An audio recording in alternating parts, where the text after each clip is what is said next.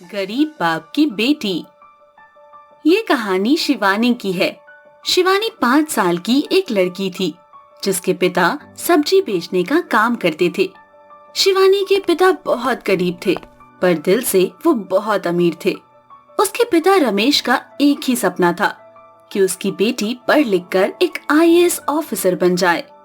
सब्जी ले लो, ताजी ताजी हरी सब्जियां ले लो।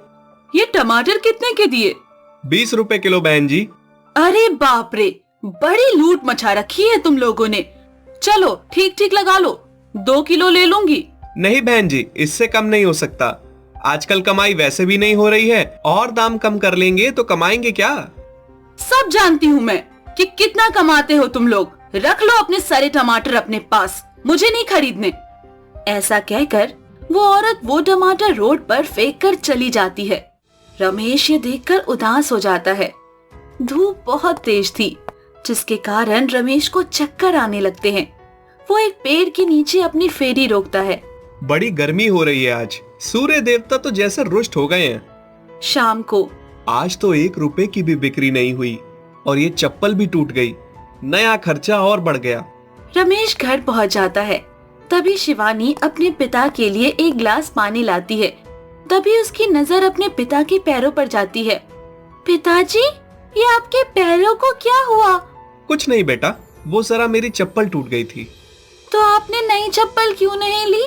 बेटा, आज तो 1 रुपए की भी कमाई नहीं हुई तो चप्पल कैसे खरीदता? शिवानी को अब अपने पिताजी की हालत पर बहुत तरस आता है। वो मन ही मन कुछ सोचने लगती है। पिताजी तो खुद के लिए कभी नई चप्पल नहीं खरीदेंगे, क्यों ना मैं ही पिताजी के लिए कुछ करूं। शिवानी अपने पिताजी के जागने से पहले चप्पल वाले की दुकान पर जाती है और वहां से चप्पल खरीद कर ले आती है। पिताजी, ये देखिए मैं आपके लिए क्या लेकर आई हूँ। क्या लाई है मेरी बच्ची, देखूं तो जरा। रमेश पैकेट को खोलता है तो चप्पल देखकर हैरान हो जाता है। बेटा शिवानी, तुम ये चप्पल कहाँ से लाई? दुकान से लाई पिताजी। पर बेटा, तेरे पास इसको खरीदने के लिए पैसे कहाँ से आए? पिताजी, मेरे पास मेरे जन्मदिन के कुछ पैसे रखे थे तो मैंने बस उन पैसों से ही ये चप्पल आपके लिए खरीदी। रमेश अपनी बेटी की ये बातें सुनकर रोने लग जाता है। बेटा, तू इतनी बड़ी कब से हो गई, पता ही नहीं चला। पिताजी, आप रोइए मत। बेटा, मैं रो नहीं रहा हूँ, ये तो मेरी खुशी के आंसू हैं। ऐसे ही कई साल बीत जाते हैं। शिवानी अब बड़ी हो गई है। उसने अपने 12वीं कक्षा में टॉप किया है। पिताजी, ये देखिए मेरा रिजल्ट। मैं पूरे जिले में पहले पोजीशन पर आई हूँ। मुझे तुझ पर यकीन था बेटा कि तू एक दिन मेरा नाम जरूर रोशन करेगी। पिताजी, ये तो सिर्फ पहला पड़ाव है, अभी मुझे और आगे जाना है। हाँ मेरी बच्ची, तू अब अपनी IAS परीक्षा की तैयारी कर। हाँ पिताजी, अब मैं दिन रात जाग कर आपके इस सपने को जरूर पूरा करूंगी। आपको एक दिन IAS ऑफिसर बनकर दिखाऊंगी। शिवानी एक IAS कोचिंग इंस्टीट्यूट में जाती है। हाँ मैडम, मैं आपकी किस प्रकार सहायता कर सकती हूँ? मैडम, मुझे IAS की कोचिंग के लिए पता करना था। ठीक है मैडम, आप 1 मिनट वेट कीजिए। शिवानी थोड़ी देर बाद बाहर इंतजार करती है। तभी एक मैडम कार से उतर कर आती हैं। वो शिवानी को एक अजीब ढंग से देखती है। शिवानी को वो औरत बहुत अकड़ू लगती है। मैडम, आप जा सकती हैं। शिवानी उस मैडम के केबिन में जाती है। ये वही औरत थी जो शिवानी को अजीब तरीके से देख रही थी। नाम क्या है तुम्हारा? जी, शिवानी। तुम्हारे पिताजी क्या करते हैं? मेरे पिताजी एक सब्जी वाले हैं और वो सब्जी बेचने का काम करते हैं। Receptionist, receptionist. वो रिसेप्शनिस्ट अंदर आ जाती है। Yes ma'am. तुम क्या यहाँ नई हो? नहीं मैडम। तो क्या तुम्हें काम को समझाना पड़ेगा? ये सब्जी बेचने वाली की लड़की यहाँ आई कैसे? कम से कम हमारे इंस्टीट्यूट की रेपुटेशन का तो ख्याल कर लेती। सॉरी मैडम, आगे से ऐसी गलती नहीं होगी। ठीक है ठीक है, अब निकालो इस सब्जी वाली को।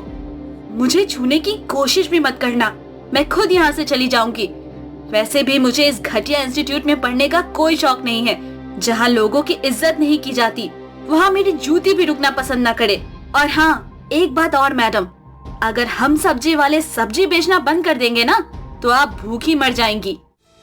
अब शिवानी उस इंस्टीट्यूट से बाहर आ जाती है। वो बहुत उदास हो जाती है और रोते रोते घर आ जाती है। तभी वो अखबार में एक आईएएस ऑफिसर का इंटरव्यू पढ़ती है, जिसमें लिखा था कि अगर कुछ बनने का जुनून हो तो किस्मत भी आपके सामने झुक जाती है। कहानी है सुषमा की, जो बिना कोचिंग के आईएएस ऑफिसर बन गई। अब मैं भी दुनिया को ये साबित कर दूंगी कि जज्बा हो तो इंसान क्या कुछ नहीं कर सकता। रात को। अरे बेटा शिवानी, क्या हुआ? एडमिशन हो गया तेरा? नहीं पिताजी, मैं उस इंस्टीट्यूट में नहीं पढ़ूंगी। मैं घर पर ही रहकर अपनी तैयारी करूंगी। बेटा घर पर कैसे होगा? पिताजी हो जाएगा, आप मुझ पर भरोसा रखिए। ठीक है मेरी बच्ची, जो तुझे सही लगे तू वो कर। अब शिवानी दिन रात एक करके पढ़ाई में लग जाती है। उसे न केवल अपना सपना साकार करना था, बल्कि उसे उस दुनिया को ये भी दिखाना था कि अगर हौसले बुलंद हो तो आसमान भी झुक जाता है। और आखिरकार शिवानी की मेहनत सफल हो जाती है। वो एक आईएएस ऑफिसर बन जाती है। उसे देखकर उसके पिताजी बहुत खुश होते हैं। बिटिया, आज मैं तुझे नहीं बता सकता कि मैं कितना खुश हूँ।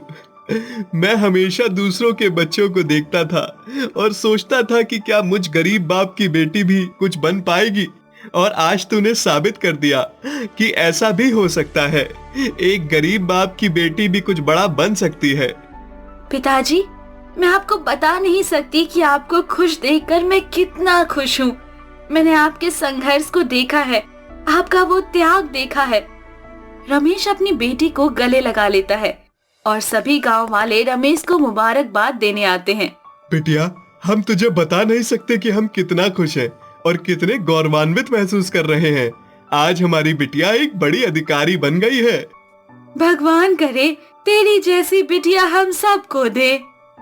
अब शिवानी अपना कार्यभार संभाल लेती है। एक बार फिर जिंदगी मोड़ लेती है और शिवानी को उसी इंस्टीट्यूट से कॉल आता है जिसने उसे पढ़ाने से मना कर दिया था।